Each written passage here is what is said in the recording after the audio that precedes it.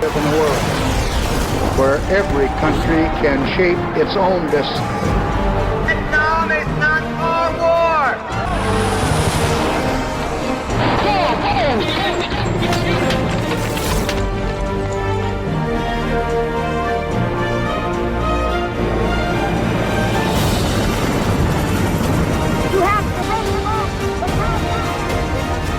We today have concluded an agreement with honor in Vietnam.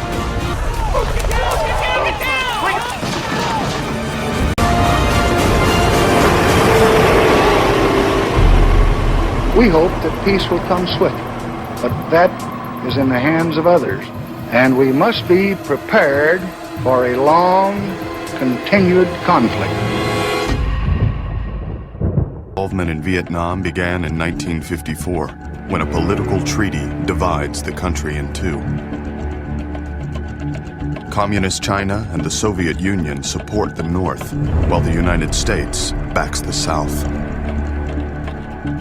Fearing the spread of communism throughout the region, Presidents Eisenhower, Kennedy, and Johnson provide South Vietnam with military and financial assistance. By the spring of 1964, Vietnam is becoming a hotspot in the Cold War. More than 16,000 U.S. advisors are training South Vietnam's army to battle a homegrown guerrilla force known as the Viet Cong, or VC. With the support of the North, the VC are working to overthrow the South Vietnamese government and reunite the country under communist rule.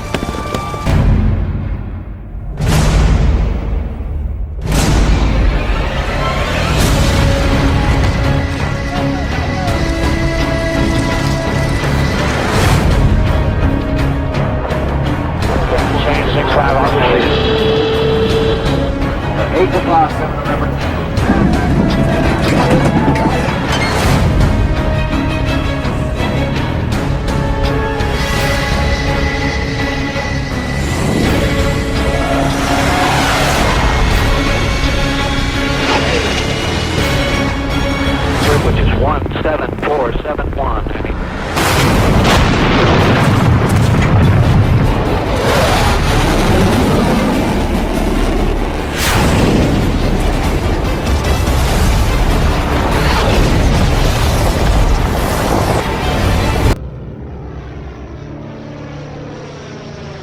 The first time I came out here, it was almost hard to believe that such a pristine landscape could really be hiding tens of thousands of enemy infiltrators. Only my South Vietnamese counterparts were quick to remind me of the truth. They've been fighting and dying in these jungles for almost 10 years, struggling to stop the North Vietnamese and Viet Cong from taking over their country. 24-year-old Lieutenant Bob Kluel is serving as a military advisor to the ARVN, South Vietnam's army. Our orders are to accompany the ARVN units we're assigned to on field operations. Primary purpose for being there. By the fall of 1964, the South Vietnamese government is in political disarray, while its military is Viet Cong soldiers, who control nearly half of the South Vietnamese countryside.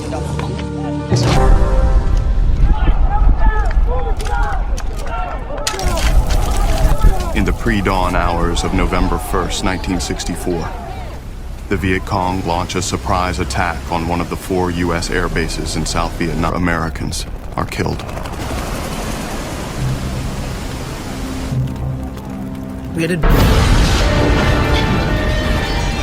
And a live force of more than 8,000 men today. On February 7th, 1964, 8 Americans are killed and another 126 wounded.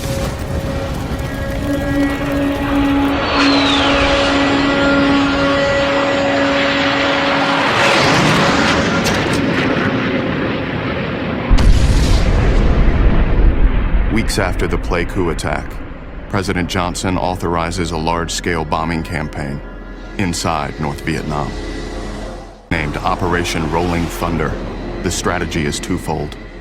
Cripple the North Vietnamese war effort by destroying military and industrial targets and crush their will to fight by demonstrating the awesome extent of American power. U.S. Command believes both objectives can be accomplished in just 8 weeks.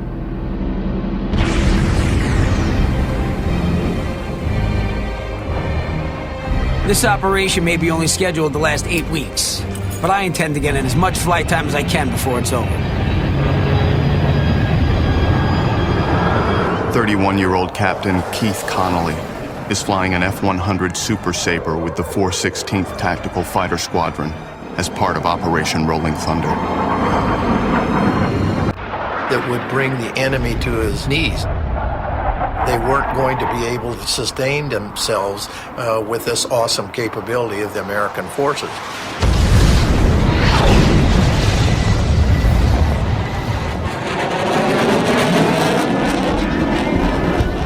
But the start of Rolling Thunder has brought an unexpected problem. The American pilots and planes stationed inside South Vietnam are vulnerable to Viet Cong attack. So to protect them, U.S. commanders want ground troops sent to Vietnam for the first time. They ask President Johnson to approve. Johnson knows that the ground troops will be seen by the American public, as well as North Vietnam, as a step towards a larger war. Every night before I turn out the lights to sleep, I ask myself this question: have I done everything I can to help unite the world? To try to bring peace and hope to all the peoples of the world? Have I done enough?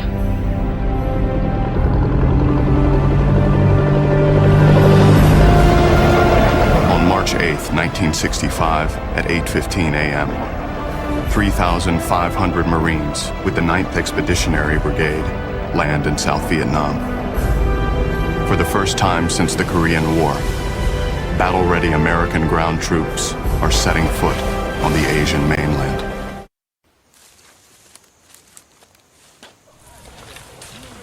Yep. Down that way. And all bounce. All these. Half of these guys never even heard of Vietnam before they got here. Now they're getting one heck of a tour. United Press International correspondent Joe Galloway is with a platoon of 40 Marines patrolling outside the U.S. Air Base at Da Nang. Their orders are strictly defensive. What's here, baby? I nagged the hell out of my bosses to get here and cover this conflict, but now that I'm here, the VC don't really seem like that much of a threat. I don't think any one of these Marines has even seen a communist yet. I know I sure as hell haven't. But then again, the VC are guerrilla fighters. They know how to hide in plain sight.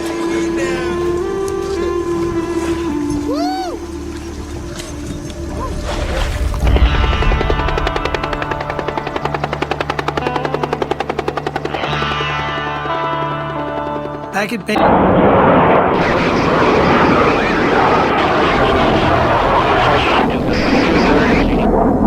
When I first left for this assignment, I told my wife I'd be home before the summer's over.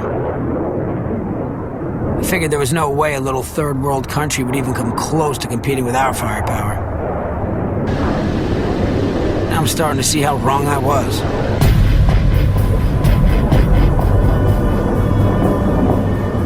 Captain Keith Connolly and his fellow pilots are 3 weeks into Operation Rolling Thunder, the 8-week-long air campaign intended to bomb North Vietnam into submission. So far, the results are falling short of expectations.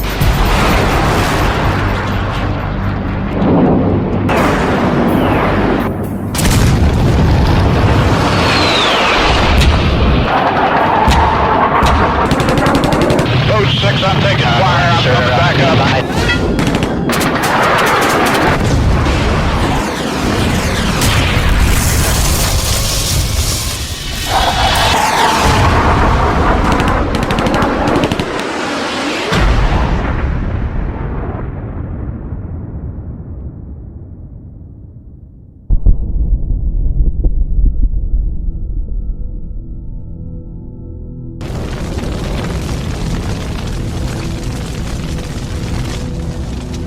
North Vietnamese rebuild everything. And then we get sent back up here to hit it again.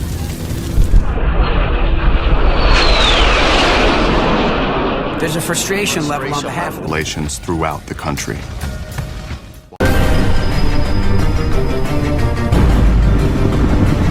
I have today ordered to Vietnam the Air Mobile Division and certain other forces which will raise our fighting strength from 75,000 to 125,000 men almost immediately.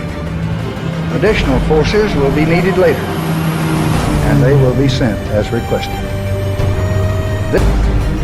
By the fall of 1965, 150,000 American soldiers have descended upon South Vietnam. 250,000 North Vietnamese and Viet Cong are poised to meet them.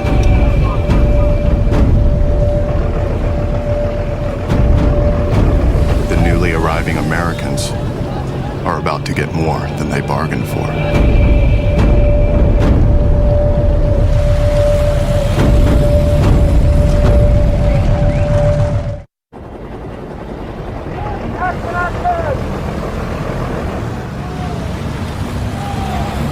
God, you can feel the excitement building. We finally got intelligence that 200 NVA soldiers are in the hills of the Chupong Mountain. UPI reporter Joe Galloway has joined up with the 1st Cavalry, one of the Army's new air mobile assault units. After months of fighting small, frustrating skirmishes, U.S. forces are preparing to launch their first major assault against 200 North Vietnamese soldiers using an experimental new tactic, air mobility.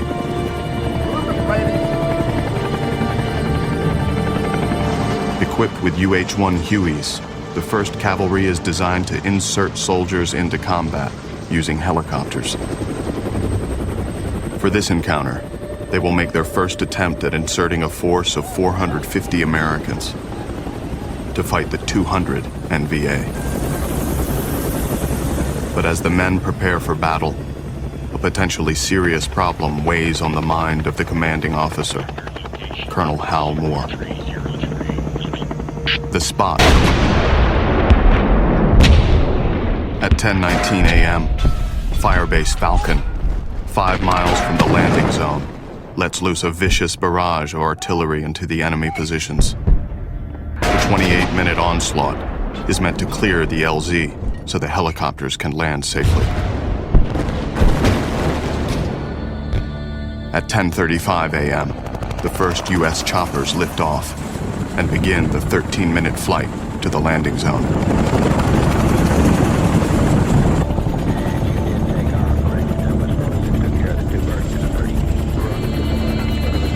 Four miles outside of LZ X-ray, the choppers drop to treetop level.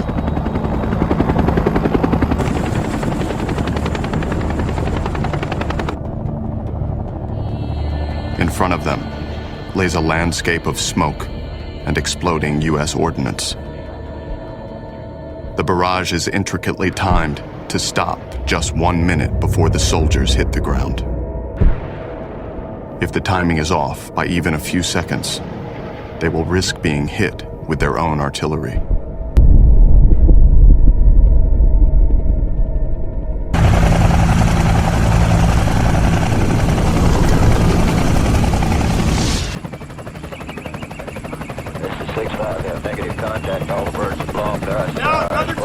Bravo Company is sweeping the area around the LZ. So far, all is quiet.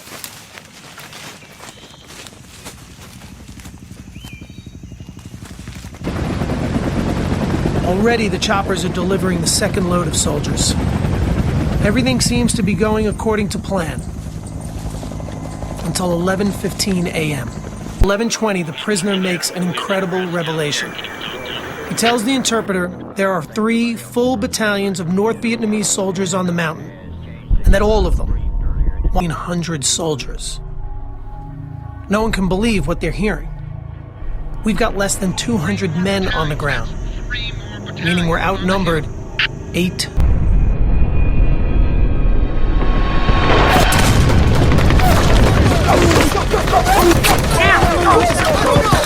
Within minutes, U.S. and North Vietnamese forces are locked in vicious combat. While the men on the ground desperately attempt to keep the North Vietnamese from overrunning the LZ, the pilots of the 1st Cavalry continue to ferry in the remainder of the 450 men.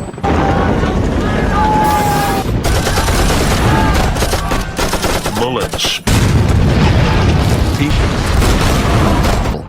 Casualties are mounting, and supplies are running low.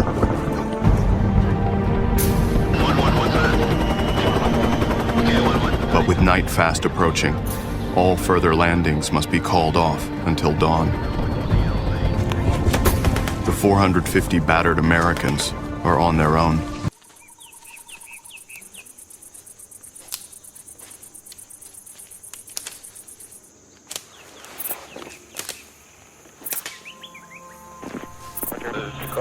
Last night, the enemy launched several.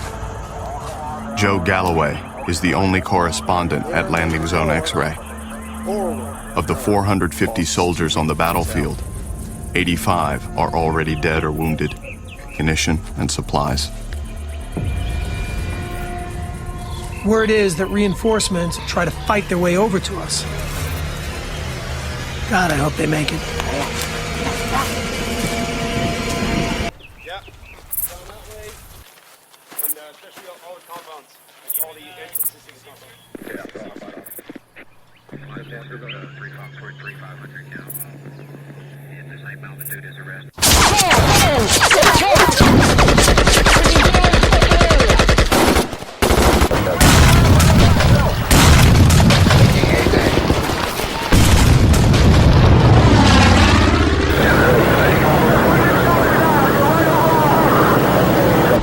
Company Commander Bob Edwards is shot through the shoulder, leading his men in a counterattack.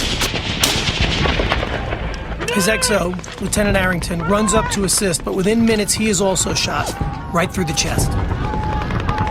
The enemy is within 75 yards of their lines. Some of the men are down to hand-to-hand combat. At 7:15, NVA soldiers hit Delta Company, right where they connect with Charlie Company. Enemy's bullets are passing right... Got as flat as I could.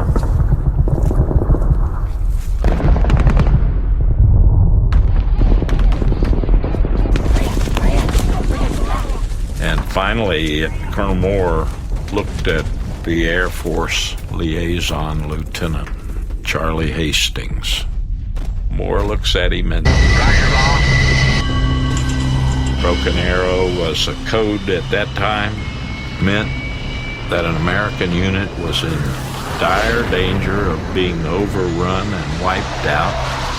And when that call was given, every available fighter bomber in Vietnam diverted to that place to deliver their bombs.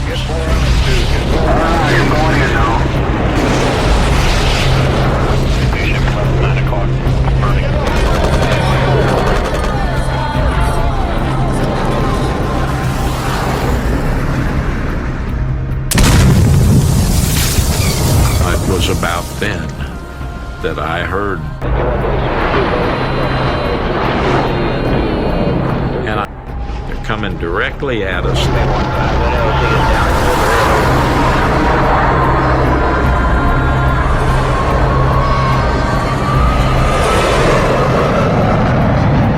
The canisters of napalm.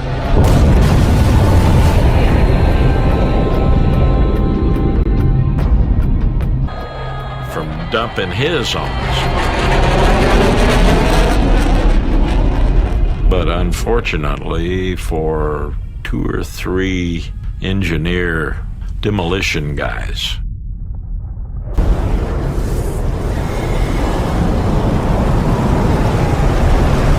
and in that flame I could see these 2 men dancing. And someone yelled, "Get this man's feet." And I reached down and picked him up and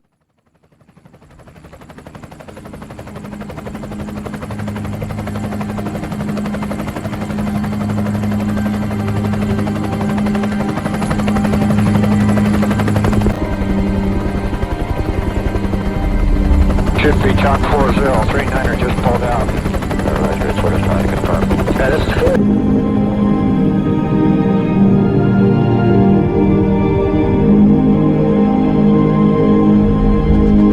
I'm sitting here, watching the last grisly moments of this battle.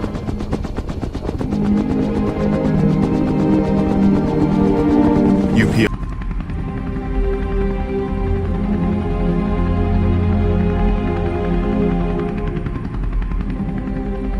back and allowed the Americans to regain the offensive. You're damn right. These men have accomplished something extraordinary. It's about men who love their country. But even more than that, Over the following 2 days, additional battles will be fought in the Yadrang Valley, engaging even more NVA soldiers. By the time the fighting ends, a total of 234 Americans lay dead. With enemy death, convinces them that in this war without a front, body count will be the measure of success. We hope that peace will come swiftly, but that is in the hands of others, and we must be prepared for a long, continued conflict.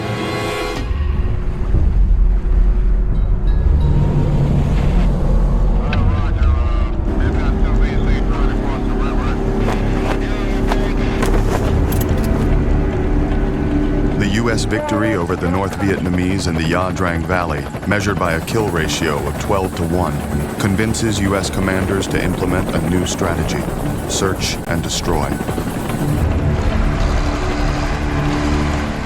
The plan is brutally simple. Search out the enemy in South Vietnam and then destroy them in numbers so high they will no longer be able to continue fighting.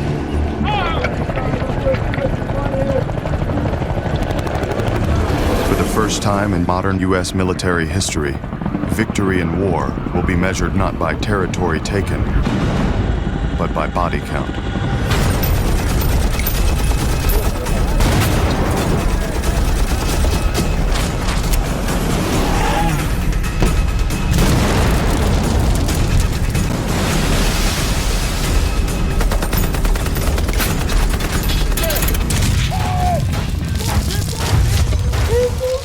But as U.S. and South Vietnamese forces battle through the vast countryside and winding rivers, they quickly discover that the enemy has a plan of their own. The Viet Cong have meticulously planted tens of thousands.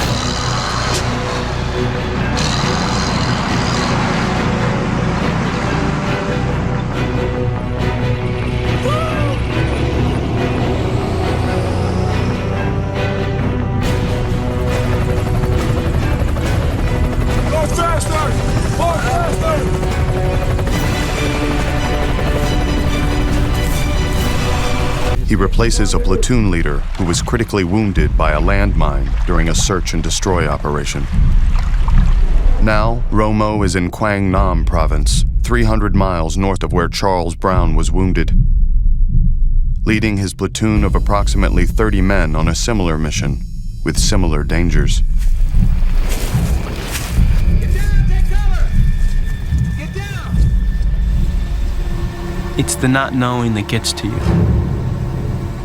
The feeling that you're never safe, anywhere, at any time.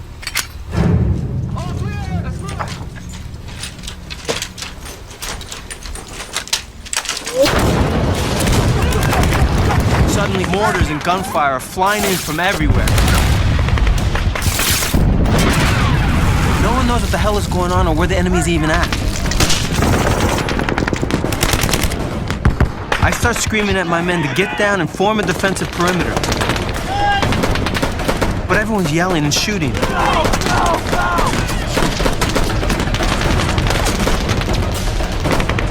And then I realize one of my squads got stuck between us and the enemy. They're caught in the crossfire, getting hit from both directions.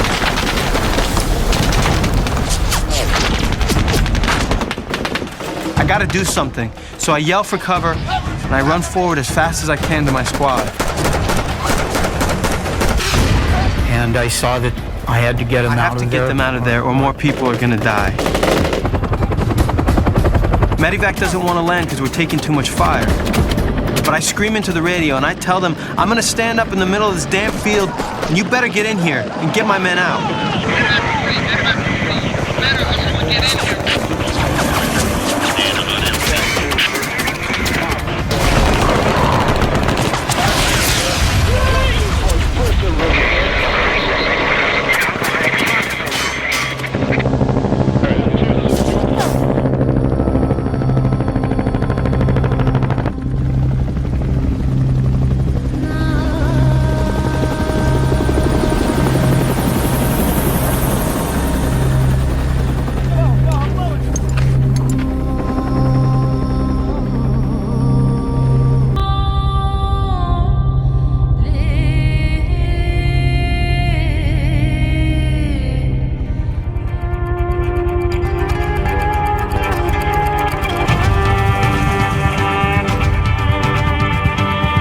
As U.S. losses begin to mount, President Johnson reminds the American people that the war is not only about stopping the spread of communism. There is an even greater cause worth fighting for in Vietnam. Every American must know exactly what it is that we are trying to do in Vietnam.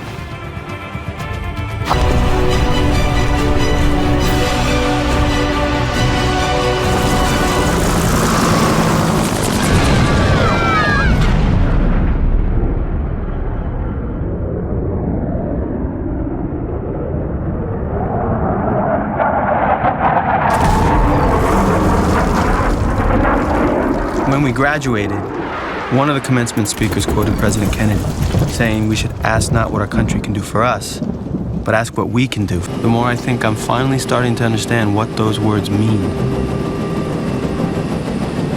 In San Bernardino, no more than 28-year-old Charles Brown has, even after serving 8 years in the peacetime army.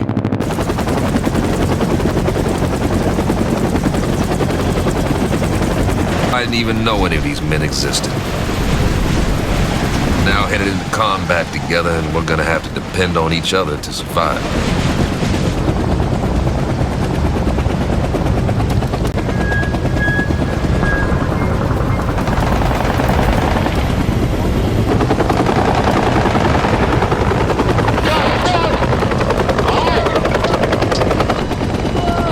Well, back when I was at Fort Benning training up young men that was going to Vietnam. Brown is now second in command to a platoon of 30 men with the 173rd Airborne Brigade sweeping through Tay Ninh province, a known Viet Cong stronghold.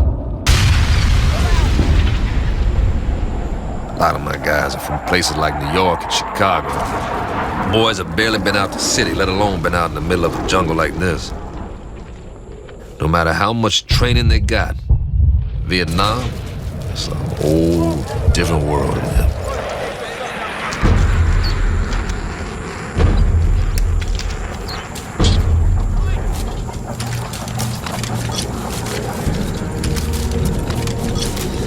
Summer daytime temperatures average over 100 degrees Fahrenheit, while a 100% humidity is like being in a steam bath 24/7.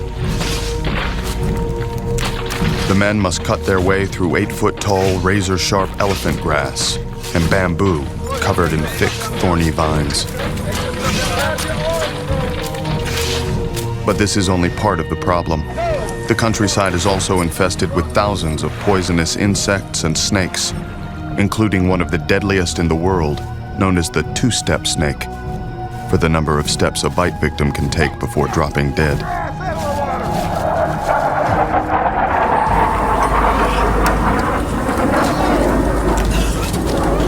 Brown and his men must navigate this treacherous terrain under the constant threat of ambushes and booby traps, looking for any signs of the elusive Viet Cong. 3730. Our first run will be 170. A couple of hooches up ahead.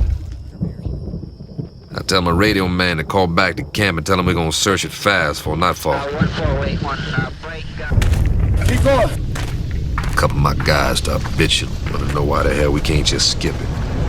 But I tell them this is a job, so they better buckle down and get it done.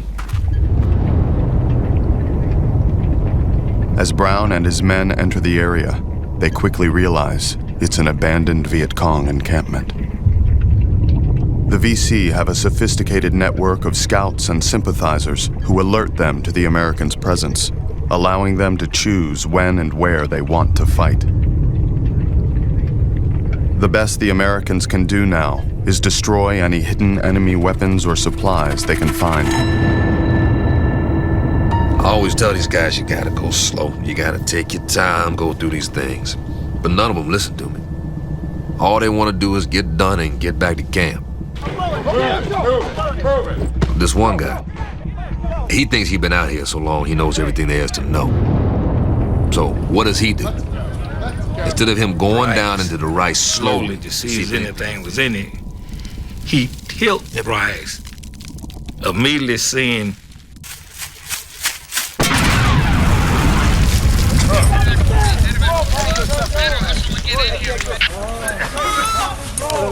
The booby trap blasts Brown and two of his men with shrapnel. Within minutes, a medevac chopper is en route to take them to one of the 18 military hospitals in Vietnam. The emergency. We're on our way, flying above what? I want you to keep calling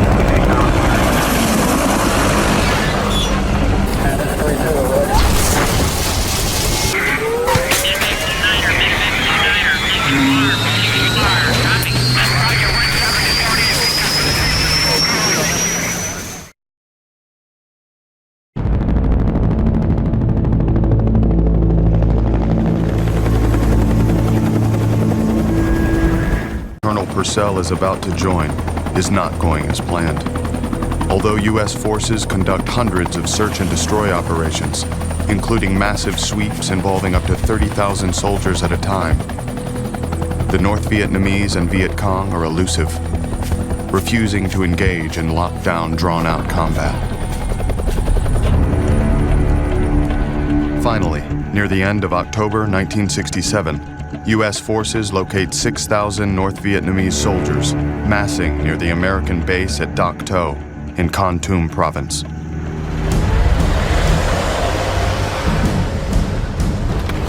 More than 6,500 U.S. and South Vietnamese soldiers, along with attack helicopters, fighter bombers, and the mightiest aircraft in the U.S. arsenal, the B-52 bomber, are deployed to the region.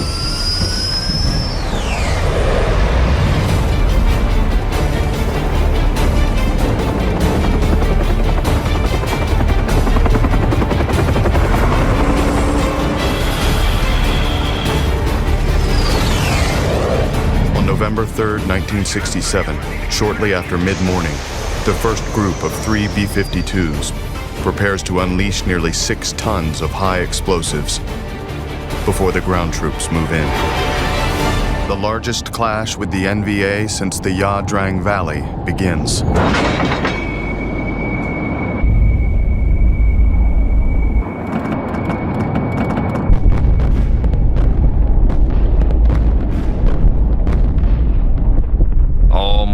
Bombers have been coming in overhead.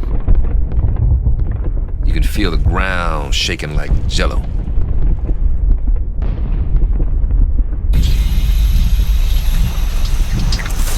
Sergeant Charles Brown has recovered from his wounds and is back with the 173rd Airborne Brigade on his way to relieve American units engaged in heavy combat outside of Doc To.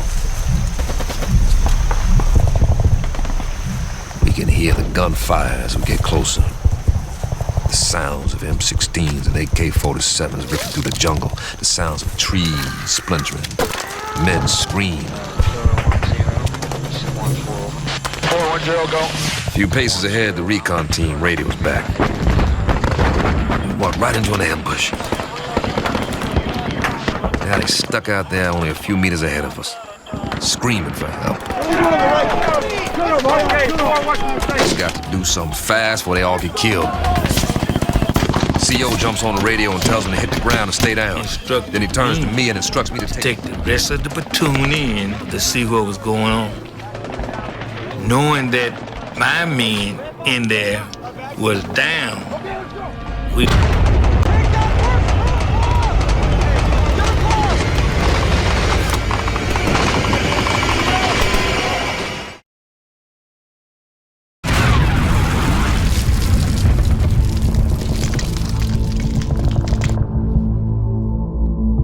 Brown Charles J., Staff Sergeant E6, awarded. Bronze Star Medal, First Oak Leaf Cluster, will be device.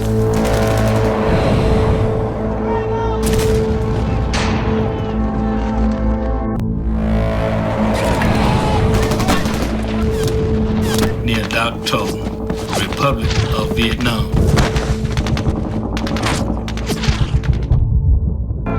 The remaining 5,400 are making a strategic retreat toward Laos and Cambodia. Diplomatic policy prohibits U.S. ground troops from crossing the border, hoping to stop the NVA before they escape. The Americans give chase. Let's go, Bravo!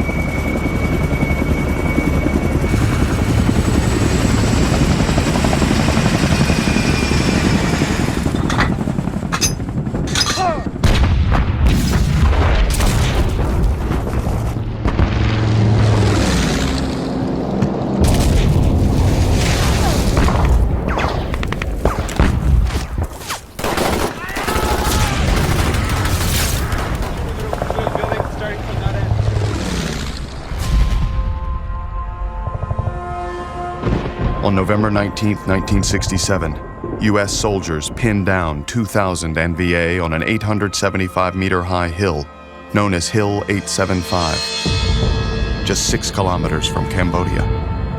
Do you have any idea what kind of fire we have on this exercise? They are immediately ordered to take the hill.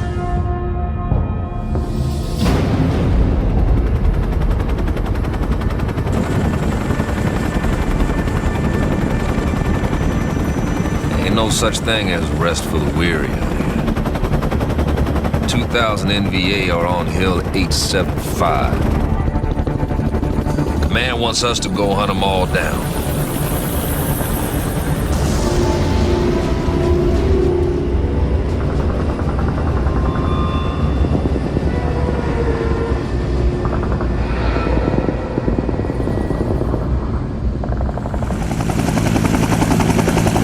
Hours into the assault, Sergeant Charles Brown and his battalion are helicoptered to Hill 875 to join the fight. They are dropped in a safe zone, just out of range of enemy fire. The entire place already looks like hell from all the fighting. Trees are splintered and broken, smoke billows in the distance. You can see this is a completely destroyed area. Trees gone. As Brown and his men make their way towards the American units, they have no idea of the horrors that lay ahead. The NVA have transformed Hill 875 into a heavily fortified stronghold, brimming with pre-built bunkers and carefully carved out escape routes. It's a cunning trap that the Americans are walking right into. As we head into the twilight, we can hear the mortar and artillery shells exploding a few miles out in front of us. Up ahead, men start whispering back whenever they come across a dead body. Pretty soon, it seems like all you hear is body, body, body. When the truth is found to be lies, and all the joy. You know, they fly you into a rear area where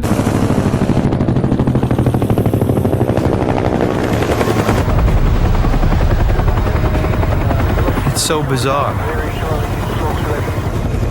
All anyone knows is that no one has any idea what will happen next.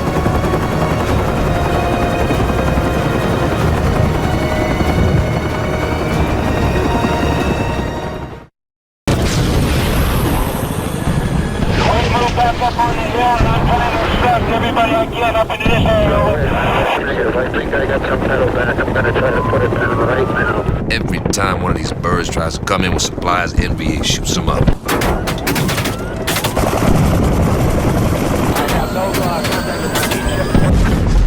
We already got 2 birds shot down.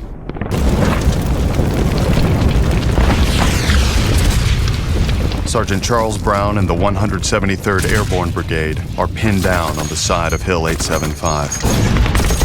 Over the past 48 hours, U.S. and South Vietnamese forces have made several attempts to take the hill. So far, all they have to show for their efforts are mounting numbers of dead and wounded. Hold on. These are dug in.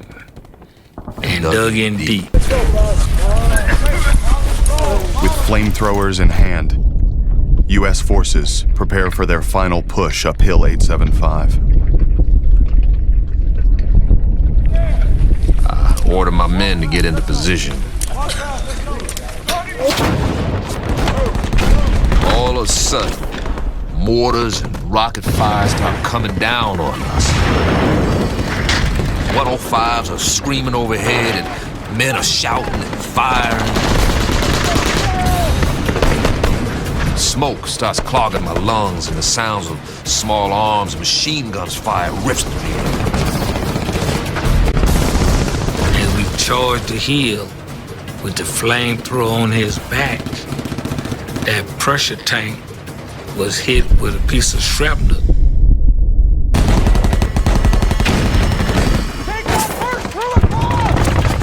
But then the incoming fire snaps me out of it. It's constant and coming from everywhere.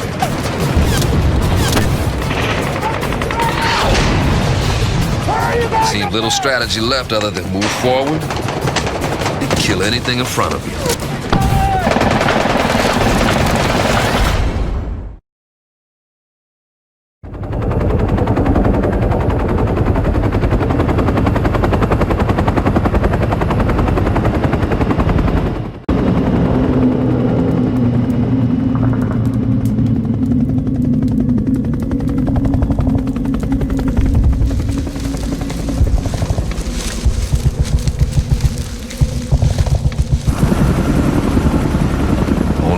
Choppers have landed since we took the hill. And all they brought is the bare necessities.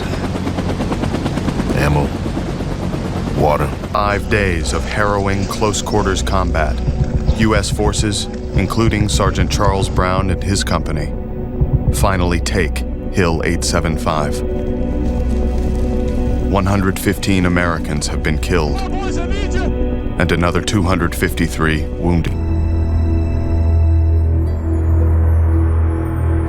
Despite their success in courageously taking the hill, the American soldiers are unable to achieve the primary. The 6,000 North Vietnamese originally spotted, only some 1,400 were killed.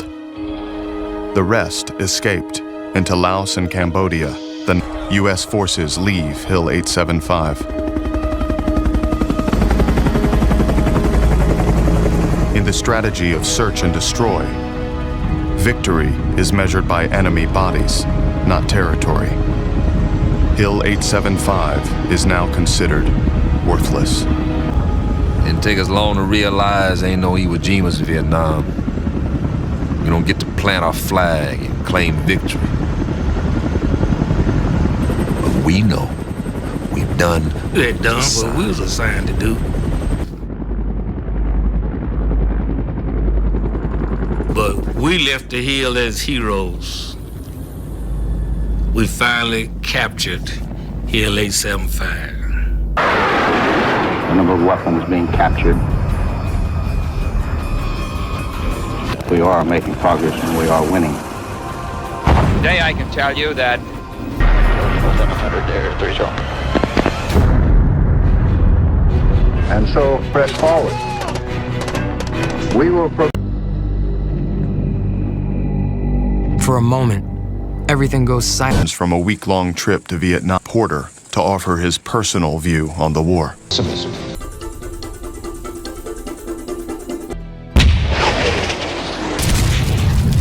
Unfortunately, when I went to the school, The war hadn't even reached its peak yet.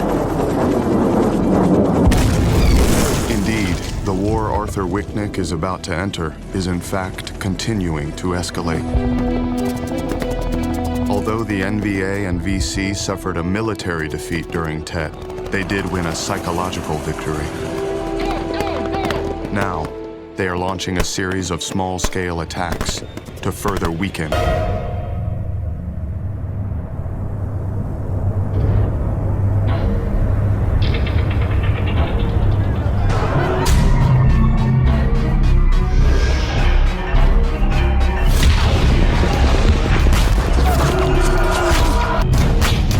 Creighton Abrams as the overall commander 6 months earlier. The military situation remains virtually the same. A tedious rhythm of search and destroy in which American ground forces spend weeks at a time hunting down an elusive enemy in an unforgiving terrain. For U.S. soldiers arriving in 1969, Vietnam is the same body count-based war that it was. Unknown to Wicknick, he is about to enter one of the most viciously contested regions in all of South Vietnam. Located along the Laotian border, the heavily jungled Aw Shaw Valley is one of the NVA's most valuable base areas in South Vietnam. It serves as a funnel for soldiers and supplies coming off the Ho Chi Minh Trail. A week earlier, a 400-man battalion of U.S. soldiers discovered 1,500 NVA dug into Hill 937, less than a mile from the border. They've been in desperate need of reinforcements to take the hill.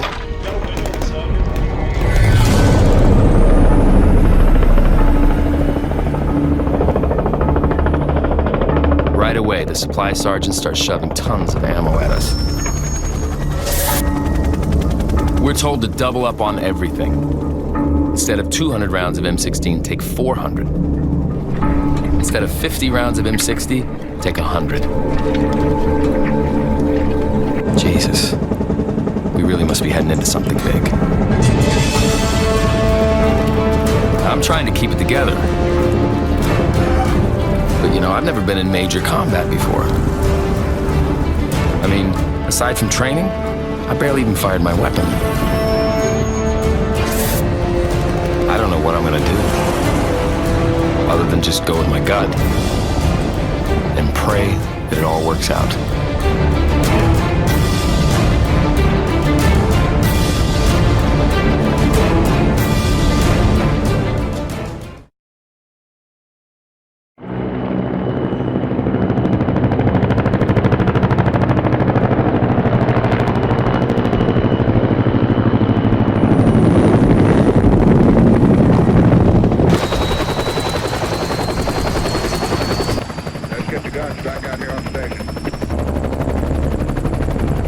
Up here, everything looks eerily picturesque.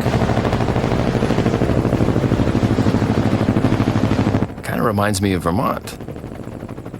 But I know better than that. Vietnam sure as hell is not Vermont.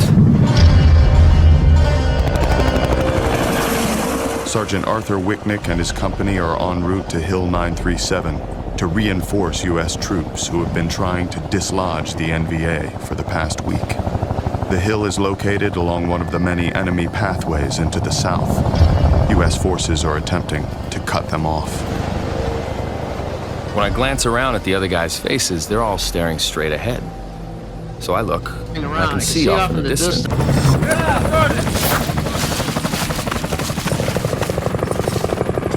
We hit the ground as fast as we can, and we head straight towards this little command center.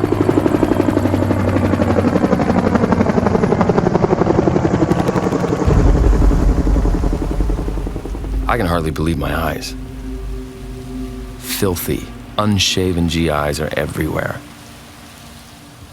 Empty ammo boxes and C rations thrown on the ground. Even the air stinks like human waste.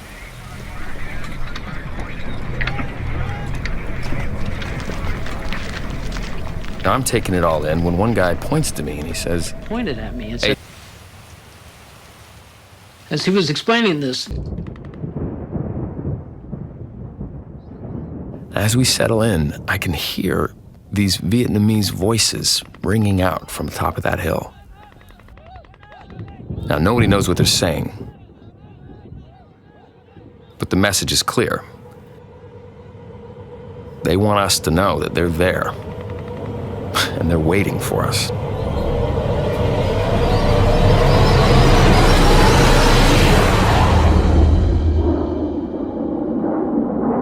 As Wicknick and his company prepare for their assault up Hill 937, 15 miles to the west, American pilots are attempting to stop enemy advances into the south by going straight to the source of the problem, the Ho Chi Minh Trail.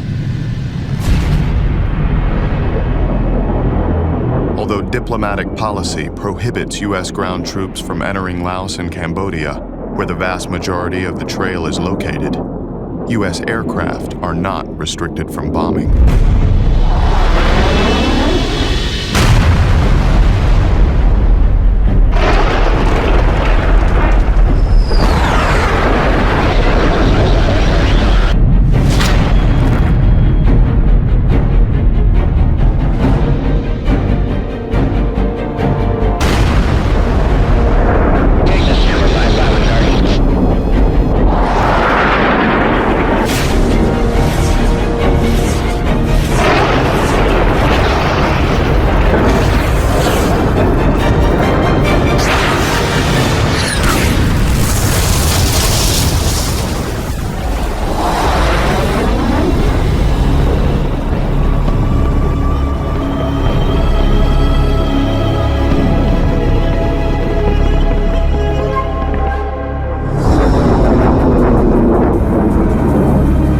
Despite the relentless bombing, enemy movements along the Ho Chi Minh Trail prove impossible to stop. With more than 6,000 miles of paths, the NVA simply reroute themselves around damaged areas, while a crew of 100,000 North Vietnamese laborers work round the clock on maintenance and repair.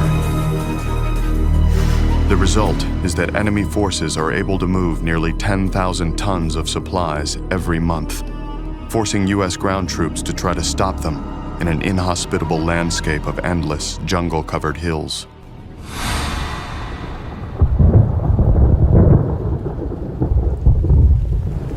Between the monsoon rain and the unbearable humidity, everyone's constantly soaked. It's bad enough we've already lost half a dozen men to the NVA. Now we're starting to lose them to north of Arthur Wicknick. 3 days earlier, he and his company of 170 Marines set out to stop what they believed to be a group of 100 NVA crossing into the south via the Ho Chi Minh Trail.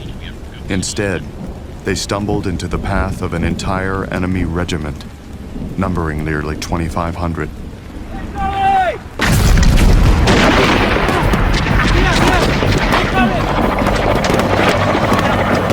Out here, in the middle of all this shit, it's hard to believe that just over a year ago I was at Oxford. I was only there about 5 or 6 weeks before I was feeling guilty. And now I'm stuck out here on some godforsaken hill. Another company's a few miles away, but the NVA have us surrounded. They're hitting us with mortars all the time. We run out of water. Even though it was a monsoon, and so we were trying to catch the fall.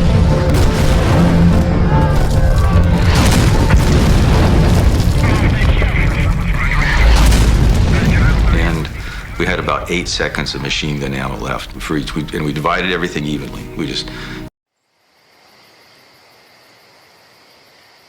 For the first time in days, we can actually see clear skies. Motor Kilo 6, they are off the landing zone. Then the radio crackles to life, telling us the words we've been praying for. Choppers are on their way.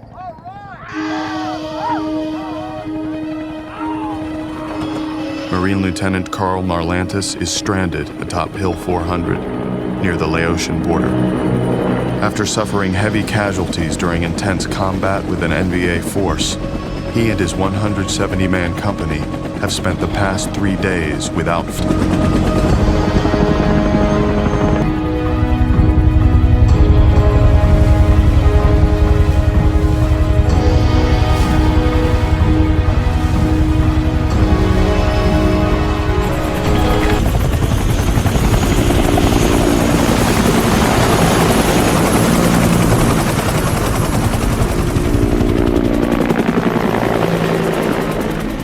the wounded are taken care of, dozens of reinforcements start unloading cases of ammo and sea rations. God, I've never seen so many guys so happy for such a crappy meal. When I'm done eating, I head over to the skipper to get our new orders. But as he starts to speak, my entire body tenses up. He says most of the enemies moved on, except for about 100 that are still dug into the next hill over, Hill 484. Then he says that since it was our company's job to stop the MVA in the first place, it should be our company's job to take 484 now. I can hardly believe my ears. I mean, we've been stuck out here for 3 days without supplies, and now they want us to continue the assault? But the decision's already been made. We attack at dawn.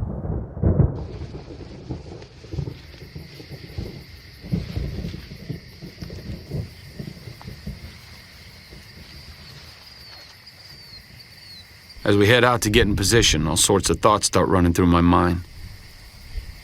Thinking about how we're gonna take the hill. If we do it this way... Yeah, that's a good idea. And you just try as hard as you can to come up with a solution. And you realize that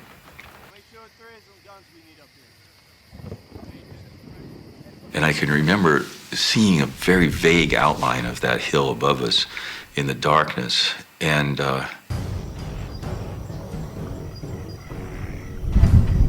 you just sit there and you just shake your head and wonder. It's like, I'm going to go through this.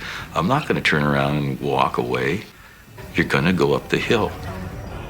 And at the same time, you're wondering, why am I going up that hill? But I already know the answer. It's because I'm a Marine. And we don't let each other down.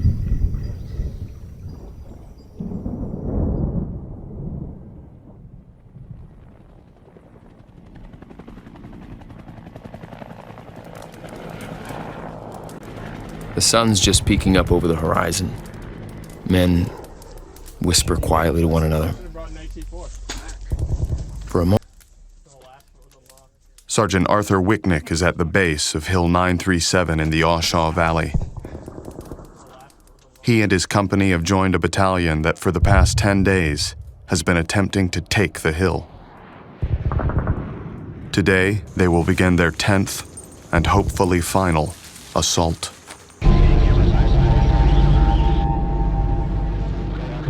and then the order comes down. Fix bayonets. We're gonna kill everyone we see. And if we run out of bullets, we're gonna stab them to death.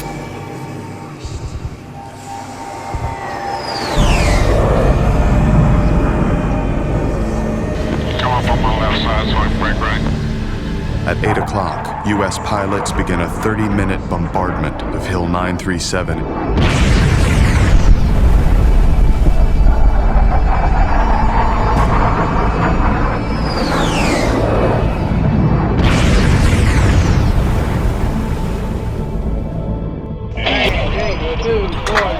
At 8:30, every American firebase within range begins 90 minutes of intense preparatory fire.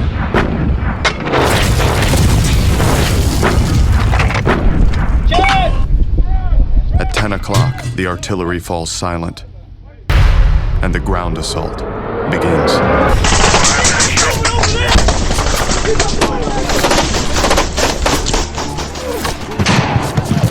You're thinking you're gonna go up in an orderly fashion. But it's over all that noise, you can hear the bullets coming in. It sounds crazy. You can literally hear them hitting the dirt in front of you. And I can't figure out why the hell they're picking on me. And then I realize I never took my stripes off. They're trying to kill me because I'm a leader. They're trying to kill me because I'm a leader. Well, I didn't have a... I got up and I just started firing at that spot again. To protect my eyes, something suddenly hits me in the chest, knocks me backwards.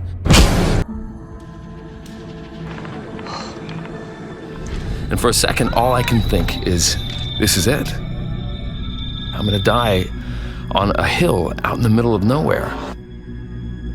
But then the pain starts getting more intense. And what had happened is was there's no way in hell I'll be this lucky again. So I yell at my guys. I took off running. And as I ran,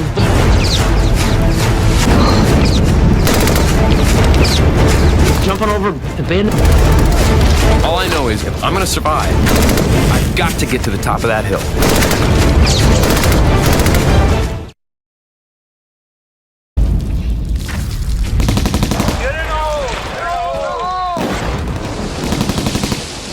Everybody's fit to take out those bunkers. We're all gonna end up dead.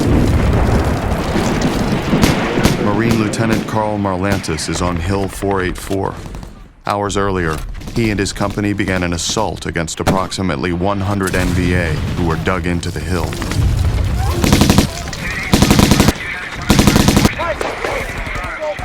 I holler at one of my gunners. And I said, but he kept that machine gun down, and But out of the corner of my eye, I see all my guys just seconds behind me.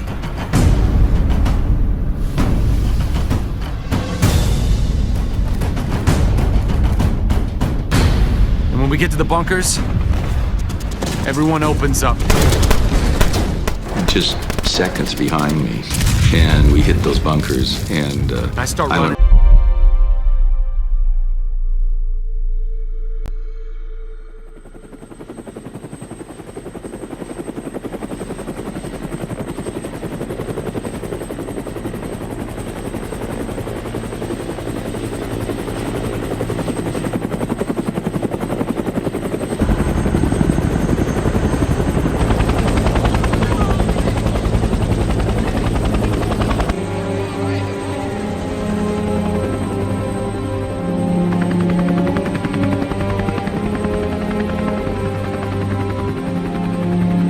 to try and be a leader.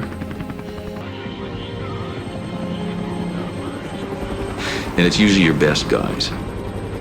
Because if you know it's going to be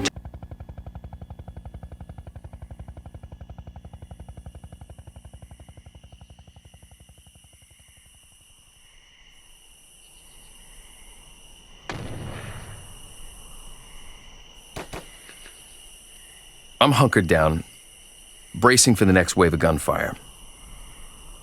But it's strangely calm.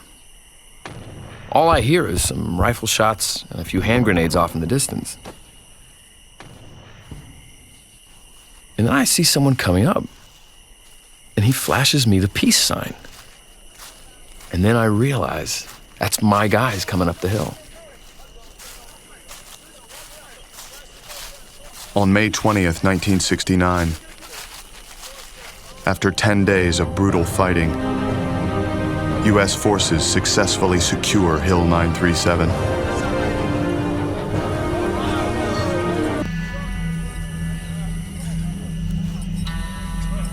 Although U.S. forces win the hill and the Battle of the Body Count, the majority of the 1,500 North Vietnamese originally spotted on Hill 937 escape into Laos.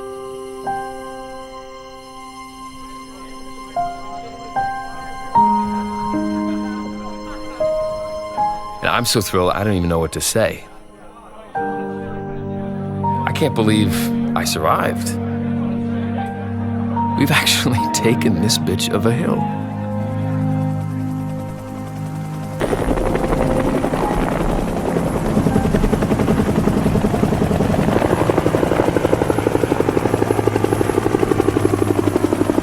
Right as I'm about to sit down and rest for a second, a couple of soldiers come over to me and they say, "Hey, you know, they got a name for this hill." So I say, "Really? What is it? What is it?" Well, they call it Hamburger Hill. And so I was looking at the sign, and I said, "Okay." I see a few tiny words scrawled on a piece of paper and pinned beneath it. They read, "Was it worth it?" For a moment, I looked around at the blasted out tree stumps and the empty hollow bomb craters. and the moans of the wounded start to fill my ears. And the smell of cordite starts to burn my nose. And I just stand there thinking, was it worth it? Was Hamburger Hill really worth it? God, I certainly hope so.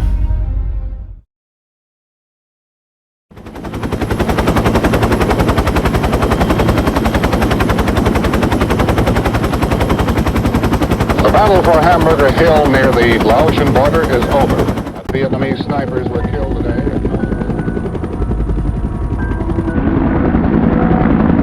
So much for savoring victory. They're already making us pack up and leave this damn hill. On June 5th, 1969, 16 days after heroically seizing Hamburger Hill, U.S. forces abandon it. 3 weeks later, the NVA retake the hill without a fight.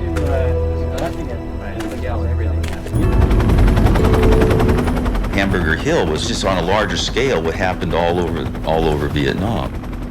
So on the tactical level,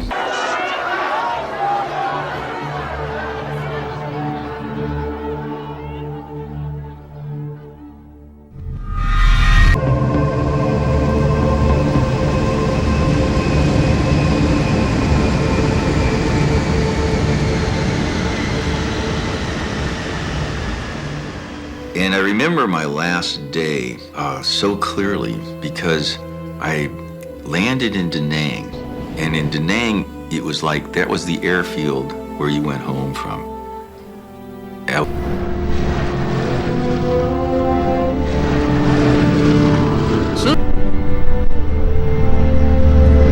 Once we got here,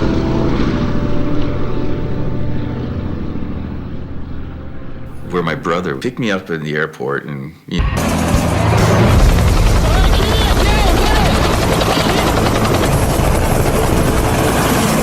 But the war that once garnered the vast majority of America's support has drastically changed. Years of growing frustration over a military strategy that focuses on enemy bodies and has caused public support to plummet.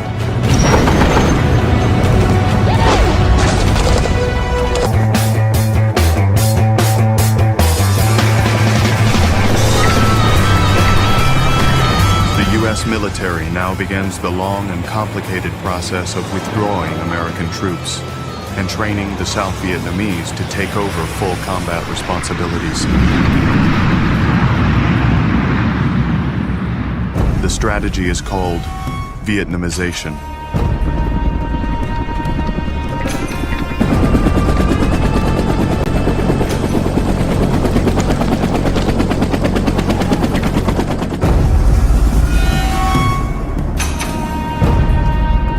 Our hearts and minds aren't here.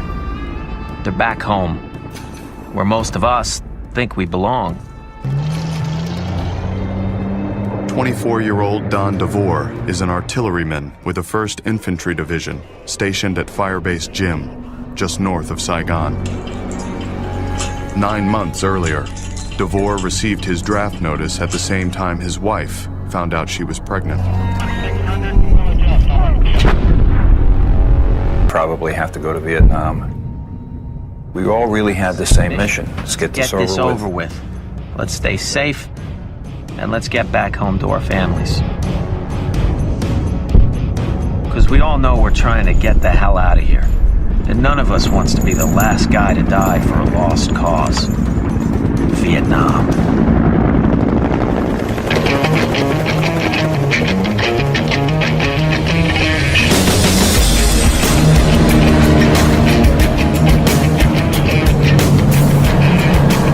Everyone's on edge. Bad enough that we're out here in the middle of this crap. Now on top of that, we've got these damn ARVN hanging over our shoulders. Gary Benedetti is a 24-year-old coxswain in the Brown Water Navy. As part of the Vietnamization process, He and his fellow sailors are training the South Vietnamese to operate U.S. boats and weapons in the Mekong Delta. With over 3,000 miles of twisting rivers, streams, and canals, the Delta is a watery version of the Ho Chi Minh Trail, used by enemy soldiers to move men, weapons, and supplies into the South. It's also home to over half the population of South Vietnam, an estimated 8 million people, and produces nearly 70% of the country's rice, making it one of the most highly contested areas in South Vietnam.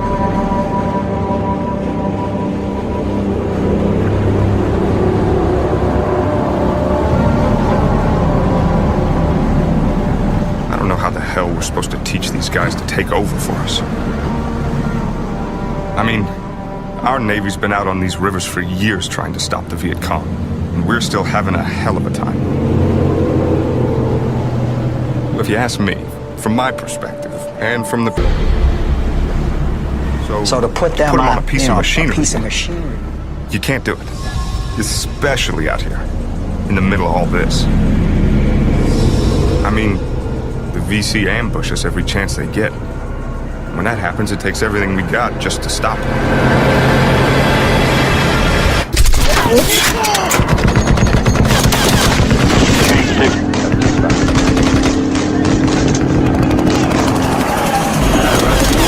Lab from Papa Oscar 5-3. Forget about winning. It's gonna take everything they got just to survive.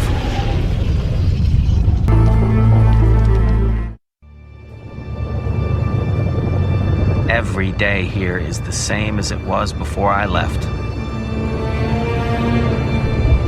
We send out round after round for hours at a time, and then we sit back and wait, bored out of our minds, until it starts again.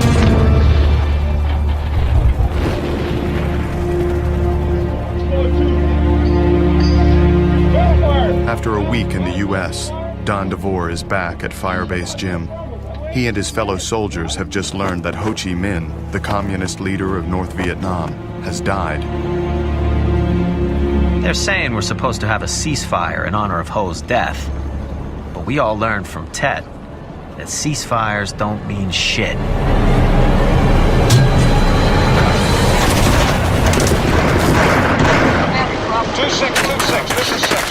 Our units in the field have been calling in for artillery support all day. I bet we fired at least 1,000 rounds in the last few hours.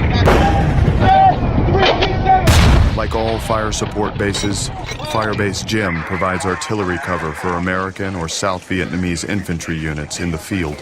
When these troops come under attack, they depend upon nearby fire bases for survival.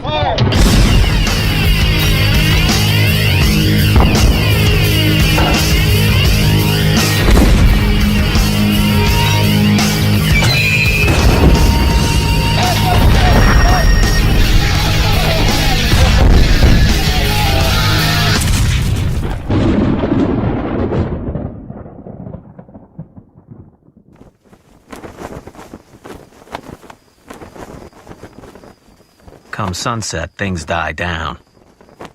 But we're still on full alert. Not surprisingly, enemy forces launch the majority of their attacks at night, under the cover of dark. Fire bases, such as Gym, are considered primary targets. And since the bases are immobile, the VC have ample time to scope out any weaknesses.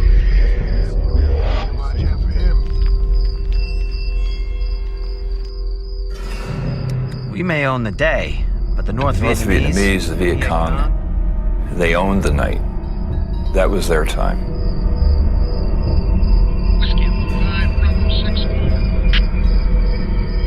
I always felt that that's when the advantage went over to them, because then a lot of the modern weaponry and techniques that we had just didn't apply to the nighttime. Some nearby bases got hit last night, so everyone's on edge. Me and 5 other guys are assigned to guard duty at the fire control bunker. Our orders are to radio in coordinates as soon as a target's spotted. Although, right now, I'm so tense I can barely talk.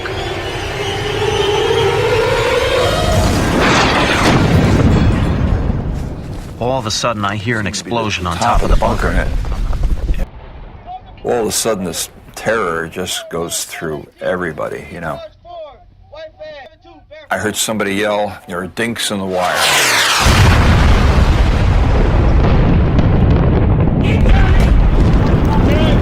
It exploded, I think, right next to my feet.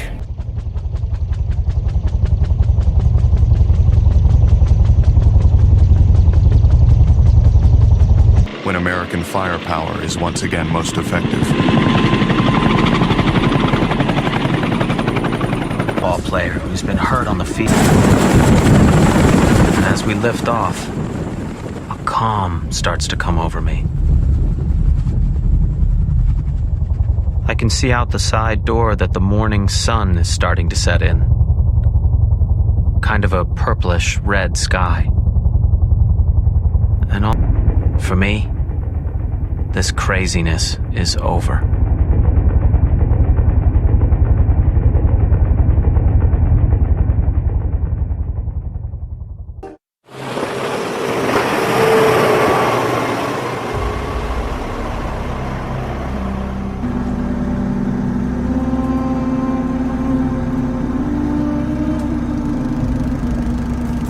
Cruising down these rivers, surrounded by people who still live like they're in the Stone Age. You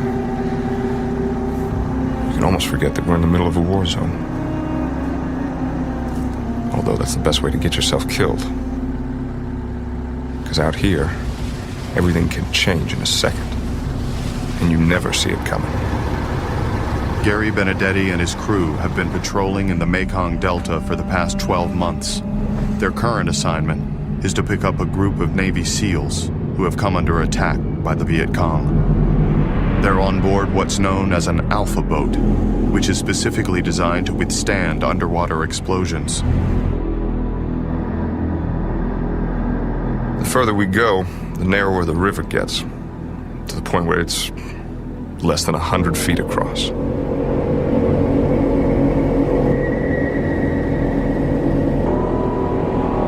And you're looking expecting to get shot at any time. So you're kind of going down there, and you know you're wondering what happens. You're expecting it at any time.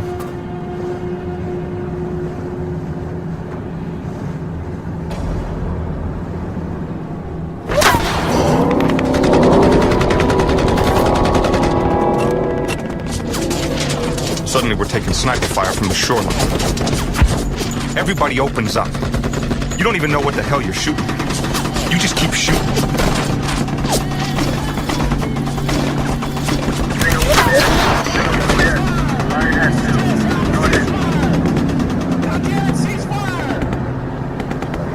Over the radio, I hear the commander screaming, "Cease fire! Cease fire! This is Jester Alpha! Cease fire!"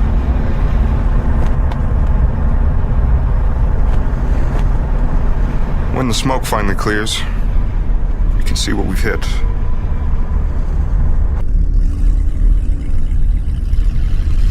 In a few more weeks, I'll be going home. When I do, I sure as hell hope the South Vietnamese can pick up the slack. Because judging from how these VC treat these people, God help them if they can't.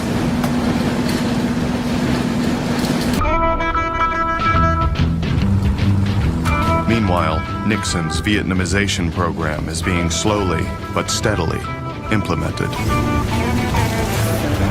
Throughout the country, U.S. troops are handing over equipment, bases, and years of military knowledge to the South Vietnamese.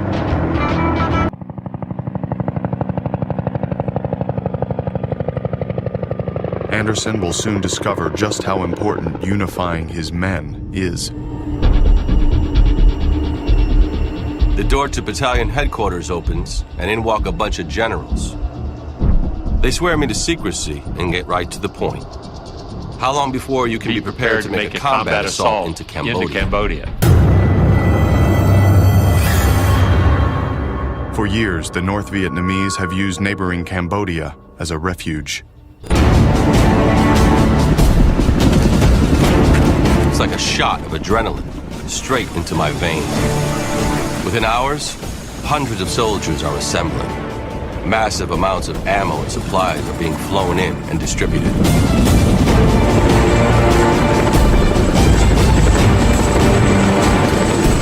No one can contain their excitement. We've been waiting a long time for this. A chance to cross that forbidden line and see what's on the other side. We're finally going into Cambodia.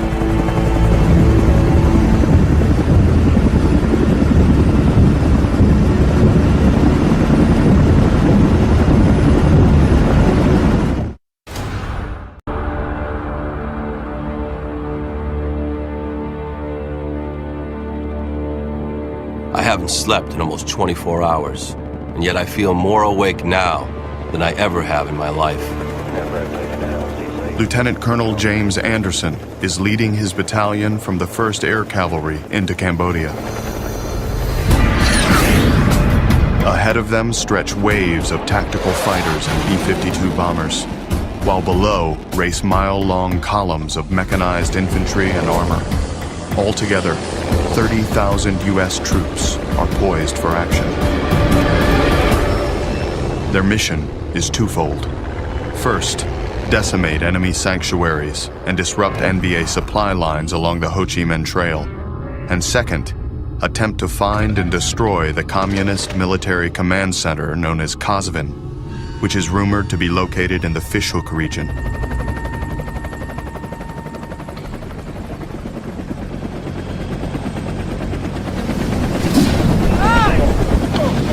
As soon as we hit the ground and get organized, we move out. I don't intend to waste any time finding what the enemy has been hiding.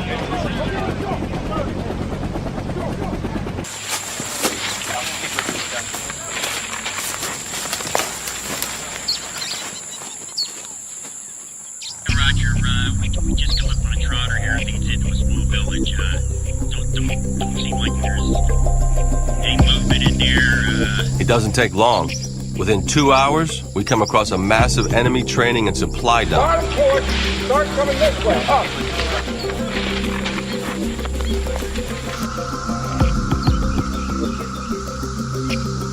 Right away, the guys start calling it the city, because it has almost everything you could imagine that you would have in a city. That you would have in a city any place else. So you had schools, you had... I don't think we were more than 7 miles into Cambodia. So, if there's that much here, I can only imagine how much is out there.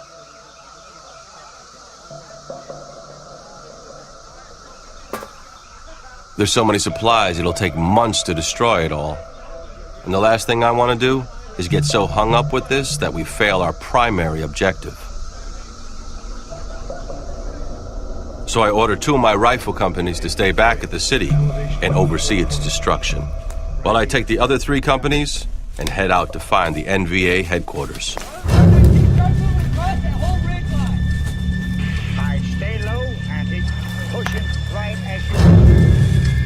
While Anderson and his men speed towards their objective, President Nixon prepares to deal with the political problem, the uproar that the news will surely provoke. Tonight, American and South Vietnamese units will attack the headquarters for the entire communist military operation in South Vietnam. This is not an invasion of Cambodia. The areas in which these attacks will be launched are completely occupied and controlled by North Vietnamese forces.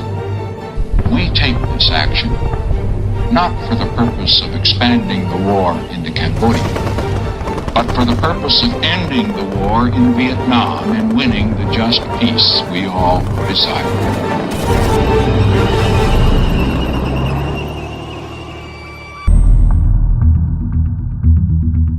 According to our intelligence, we're less than 3 miles from the North Vietnamese headquarters. Meaning, we'll be there before nightfall.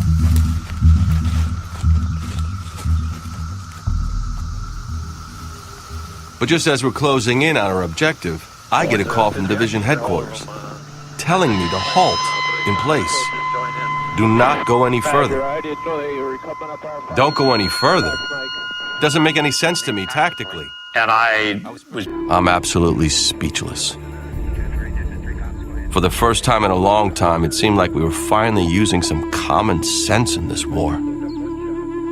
Now, I'm not sure what the hell we're doing.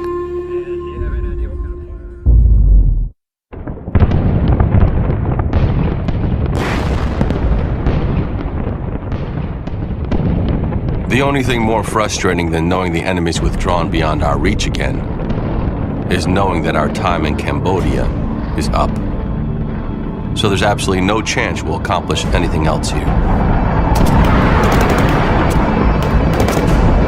At the end of June 1970, after 8 weeks of operations, the 30,000 U.S. ground troops prepare to leave Cambodia.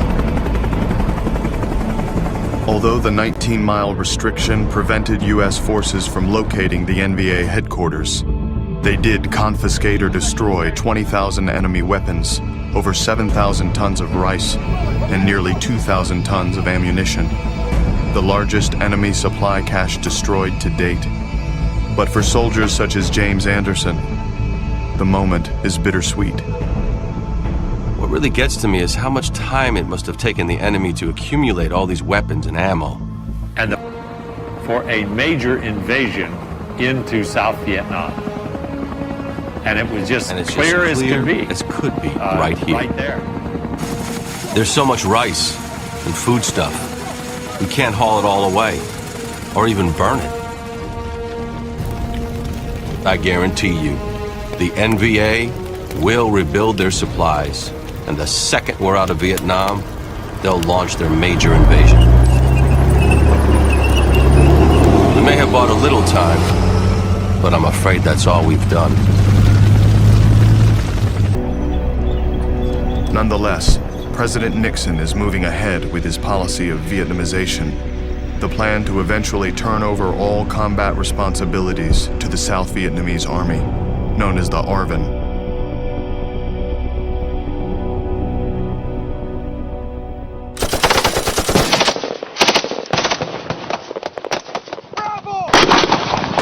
As a result of the ongoing U.S. withdrawals, pressure is increasing, not only on the ARVN, but also on the remaining Americans, to carry the full load of combat operations.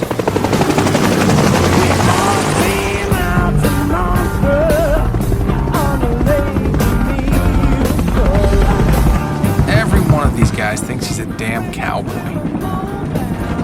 And I'm the lucky guy that gets to lead him into battle. 29-year-old Major Bob Kluwel was a military advisor to the ARVN in 1964. He returns to Vietnam as a company commander in the 101st Assault Helicopter Battalion. My captains are experienced. Of course, when it comes down to it, every one of them knows exactly what's expected of them. And they're more than prepared to do what I ask. Which is a hell of a comfort, because I've just gotten orders saying we're about to get into a big operation.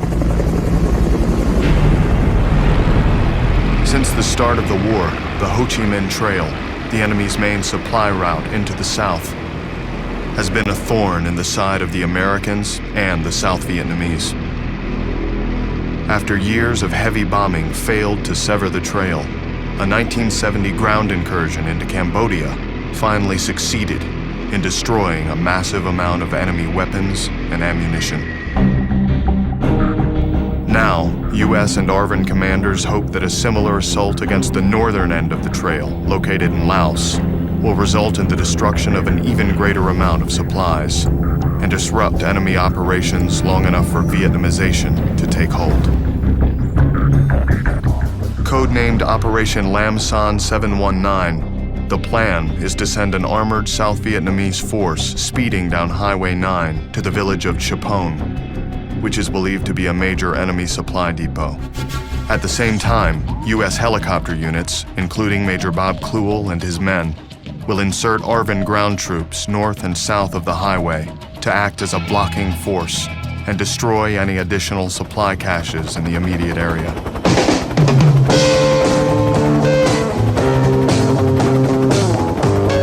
In total, 12,000 South Vietnamese are heading into Laos. And for the first time since American forces took over primary military leadership, they will do all of the ground fighting. A congressional amendment enacted a month earlier prohibits U.S. ground forces from setting foot outside South Vietnam. Lam Son 719 will be the first real test of whether or not the South Vietnamese military is prepared to lead the war by themselves. Right as we're about to take off, a couple of my pilots ask, who the hell are we supposed to talk to on the ground in Laos, since none of the ARVN we're dropping off there speak English? I tell them not to worry, because we've got translators standing by. But in the back of my mind, I have a terrible feeling that we're heading into trouble. Chapone. Finally, during the third week of fighting, a quick decision is made to break west and establish 3 landing zones known as Lolo, Liz, and Sophia. With the armored columns still bogged down on Highway 9, ARVN and U.S. commanders plan to helicopter approximately 1,600 ARVN ground troops into these LZs in the hopes that they can jumpstart the advance to Chapone. Oil 1-2, can you pick up auction going into the LZ? Get that altitude. Yep. Major Bob Kluel and his company are among the 30 choppers selected for the missions at LZ Lolo. And Chalk 6 is taking fire.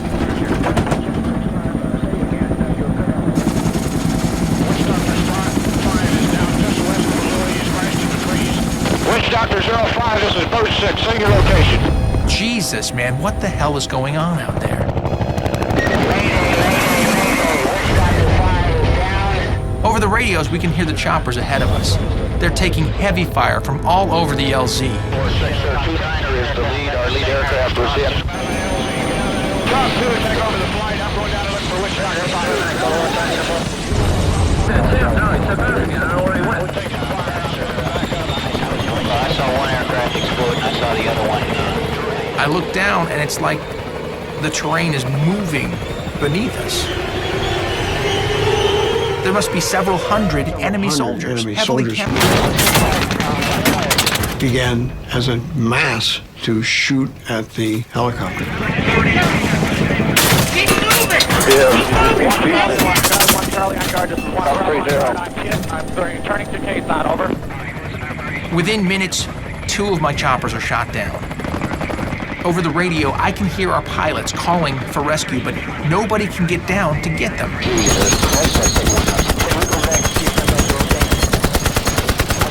Kluel and the remaining choppers are determined to rescue the 8 downed Americans from their company. For over an hour, they circle the LZ. But with their fuel and ammunition nearly depleted, they are finally forced to head back to the base at Quezon. I have no contact with my leadership at the present time.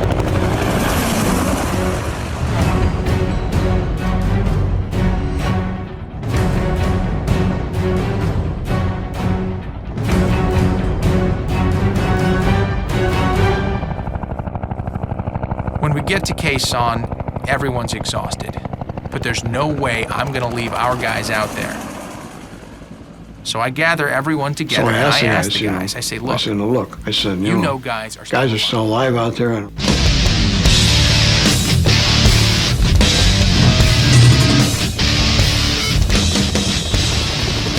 as we head back towards Lolo, I feel an incredible sense of pride. This is what being part of a chopper crew is all about.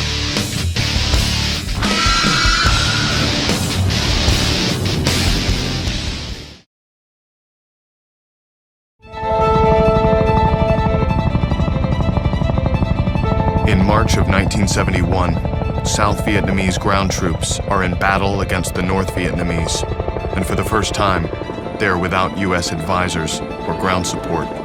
Only U.S. air crews, including Major Bob Kluel and his choppers, are in the thick of the fight. They are speeding towards landing zone Lolo in Laos to rescue the 8 men from his company who were shot down by the NVA. My mind's racing a mile a minute, running through every possible scenario. Only one thing's for sure. We've got men down there, and we aren't leaving without them.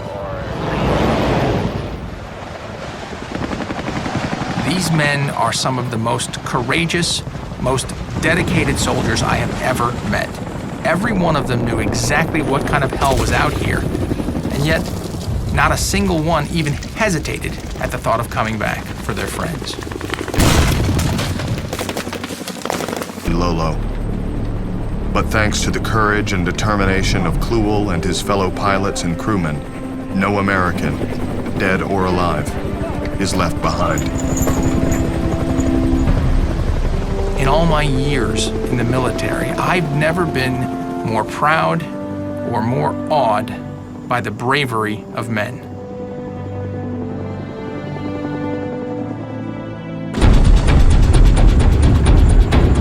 Three days later, the push continues as 120 American choppers lift off to deliver 800 additional ARVN ground troops within striking distance of their ultimate target, Chapone.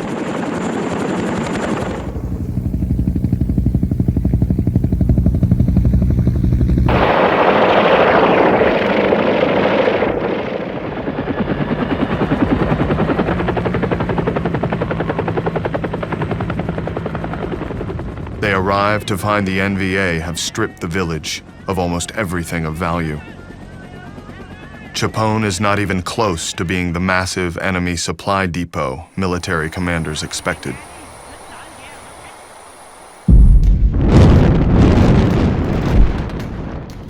Over the next 3 weeks, as the 17,000 ARVN troops now inside Laos begin to withdraw, the North Vietnamese lay siege to those furthest inside the country.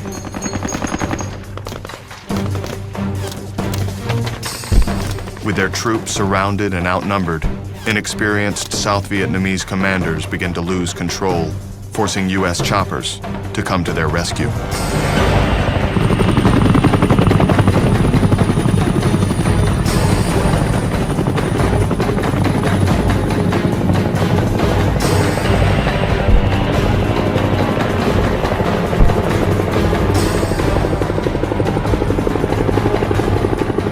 Pilots risk their own lives to save them, going in again and again.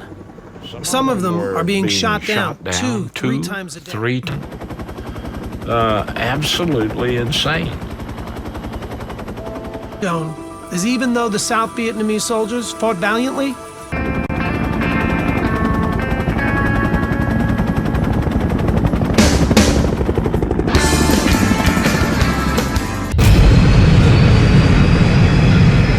However, when the enemy abandons all restraint, throws its whole army into battle on the territory of its neighbor, refuses to negotiate, we simply face a new situation.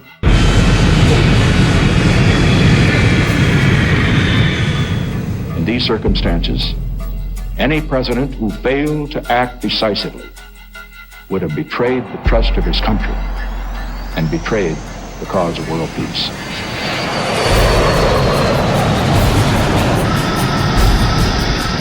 After a 3-year suspension, the U.S. begins large-scale bombings inside North Vietnam. For the first time, the North Vietnamese capital of Hanoi is targeted.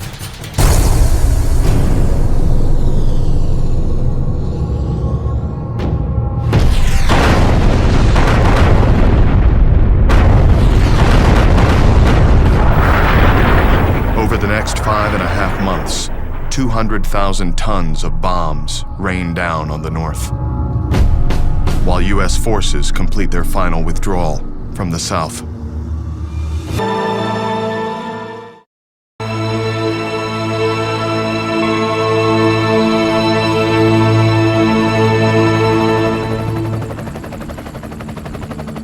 April 30th, just before 8 a.m., the last American chopper to leave Saigon lifts off from the roof of the embassy. Country had realized that our men and women who serve this great did everything and were successful at everything that they were asked to do. They served and they fought like tigers.